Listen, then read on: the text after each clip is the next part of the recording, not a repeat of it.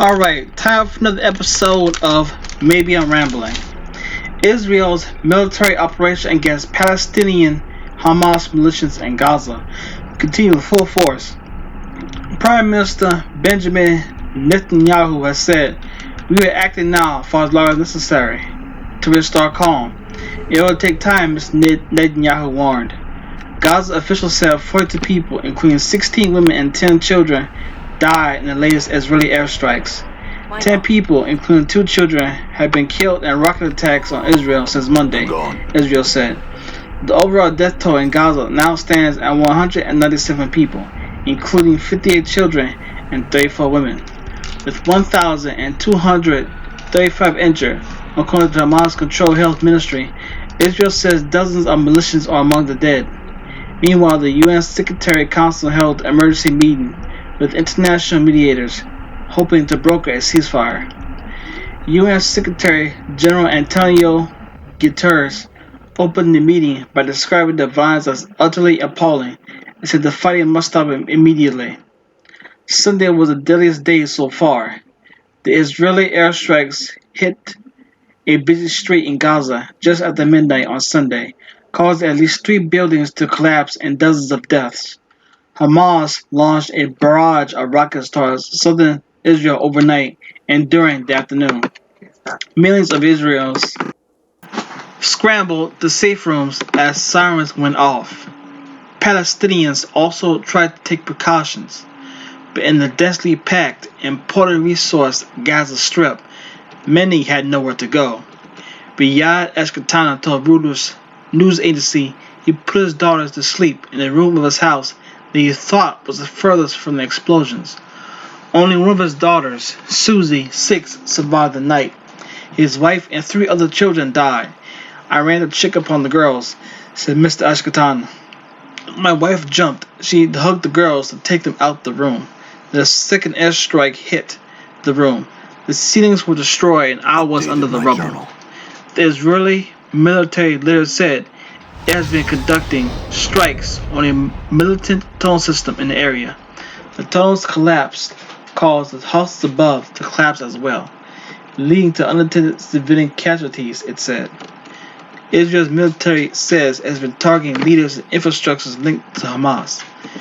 It said it also struck the homes of Hamas leader Yahya Sinwar and his brother Mohammed Sinwar, whom it described as head of logistics and manpower for the movement.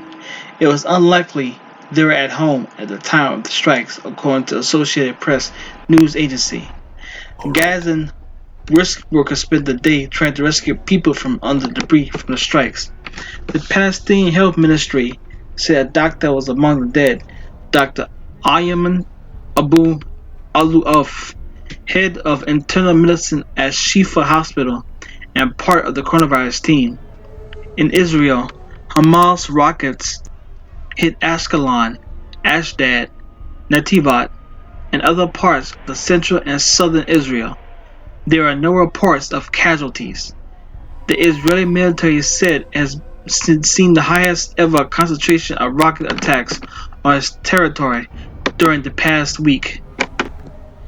The country's Iron Dome defense system has intercepted many of them, but some caused damage to cars and buildings, including the Yad Michael Synagogue in Ashkelon, where a hole was blasted through the wall just before an evening service for the Jewish holiday of Shavuot.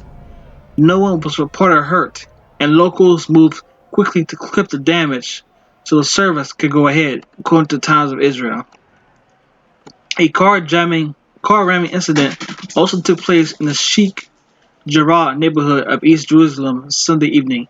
An Israeli police spokesman said the driver had been shot dead and 4 Israeli officers injured.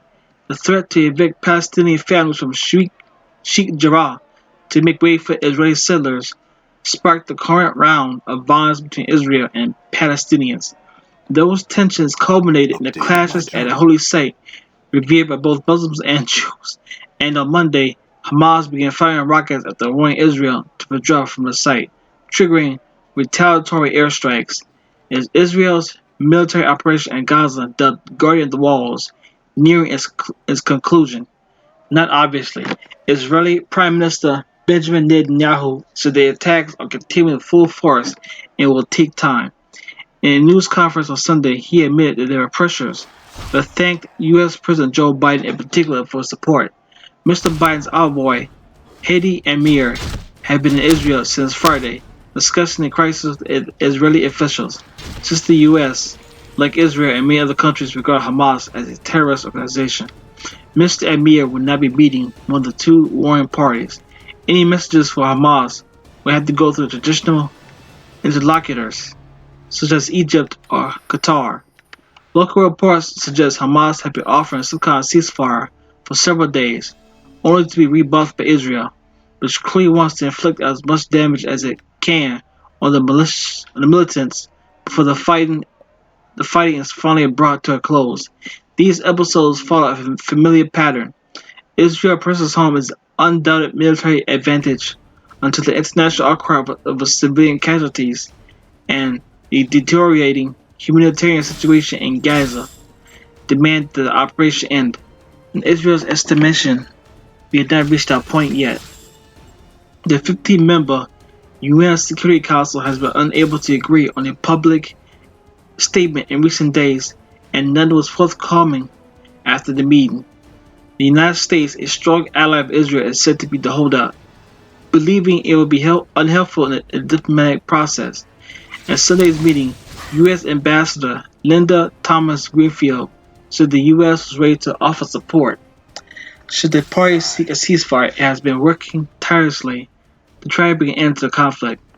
Palestinian Foreign Minister Riyad Ali al-Maliki spoke of Saturday's attack on a refugee camp which killed 10 members of the same family, leaving a 5-month-old survivor to be pulled from the rubble. Israel often asks us to put ourselves in their shoes, he said, but they're not wearing shoes, they're wearing military boots. In response, Israel's permanent representative Gilad Erdan said the death of a 10-year-old Arab Israeli girl killed by Hamas rocket he assisted Israel was something we call a heroic effort to dismantle terrorist infrastructure and avoid civilian casualties.